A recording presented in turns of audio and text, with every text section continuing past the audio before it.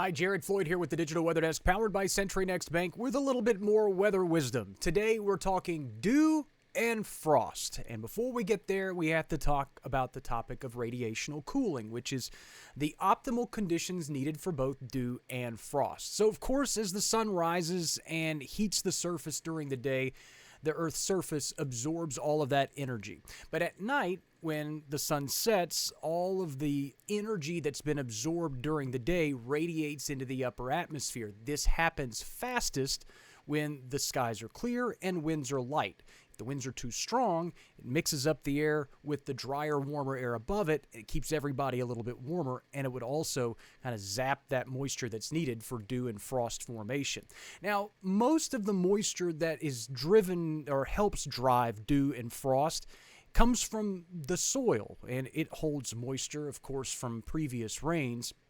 So let's start with dew first. Obviously, we just talked about the sun heats the surface during the day. So the air just above the surface can sometimes climb into the mid to upper 60s, while the dew point, the temperature where moisture would form, is at about 43 degrees, let's say.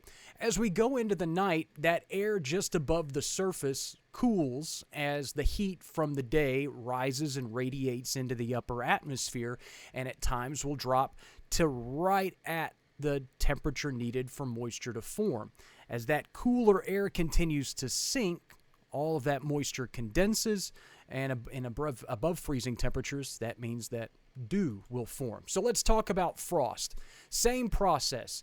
Dew point is at or below freezing, or at that point we would call it the frost point. We don't call it that. But anyway, sun heats the earth up during the day, and then at night all of that heat again radiates freely into the atmosphere, and the air just above the surface drops to and then eventually below freezing. So that moisture that is being forced and kind of suspended near the surface then freezes, and frost forms on some of your grassy surfaces. So speaking of that, why do we see frost and dew on grassy surfaces and rarely see it on pavement?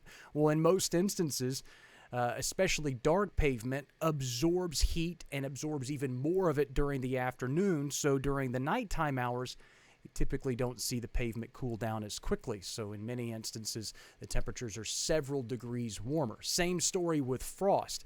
Temperatures just in many instances on pavement don't drop to the point where frost formation can occur. And I know what you're thinking.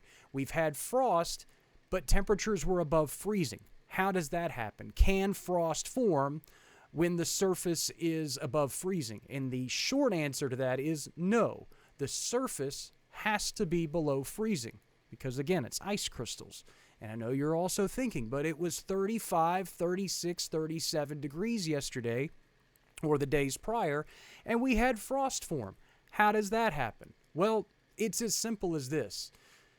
We're actually measuring air temperature when we deliver that to you on a daily basis, not temperature at the surface. And in many instances, and most instances, those temperatures are measured at about 6.5 feet off the ground.